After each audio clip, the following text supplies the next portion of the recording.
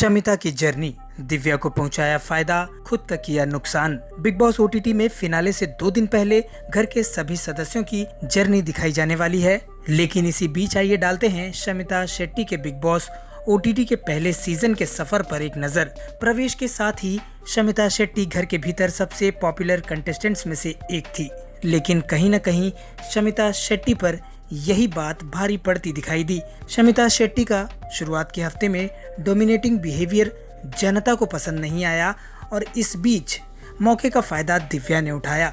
दिव्या ने शमिता शेट्टी के dominating behaviour की न सिर्फ चर्चा की बल्कि इस मुद्दे को जमकर भुनाया।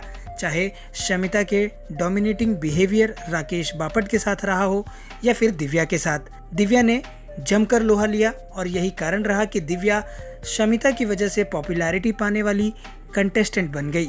करण जौहर के समझाने के बावजूद शमिता शेट्टी ने सबक नहीं लिया और वो दिव्या को गलत दिखाने के चक्कर में खुद गलत होती गई।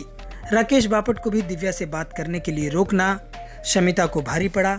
निशांत को गाली देना, घर के सदस्यों को ये बताने की कोशिश करना कि आप जो कर रहे हैं वो वाहियात है, ये सारी चीज शमिता शेट्टी को नेगेटिव दिखाने लगी। कई बार शमिता राकेश का जब झगड़ा होता था तो शमिता ना सिर्फ राकेश पर डोमिनेटिंग दिखती थी बल्कि वो गलत बातों पर राकेश बापट को डांट फटकार लगाते हुए भी नजर आई हैं।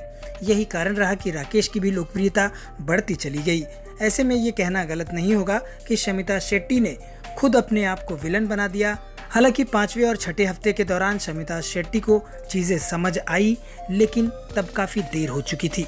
शमिता शेट्टी 6ठे हफ्ते दिव्या अग्रवाल की अच्छी दोस्त बनी हुई दिखाई दी और उनके साथ हंसी मजाक वाले लम्हे भी साझा किए। लेकिन इसका फायदा शमिता शेट्टी को अब नहीं होने वाला है, क्योंकि फिनाले में अब 1 दिन का वक्त बचा है और शनिवार को खिताबी दावेदारी पेश होगी।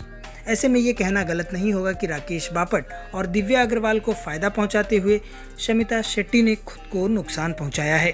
बिग बॉस ओटीटी की सीजन 1 की ट्रॉफी कौन जीतता है, ये देखना दिलचस्प होगा, क्योंकि इस समय 5 फाइनलिस्ट खिताबी रेस में अपनी अपनी दावेदारी पेश कर रहे हैं। बिग बॉस ओटीटी से जुड़ी इसी तरह की खबरें लगातार पाने के लिए आप जुड़े रहिए हमारे चैनल से और अपनी प्रतिक्रिया कमेंट्स के जरिए हम तक जरूर पहुंचाएं।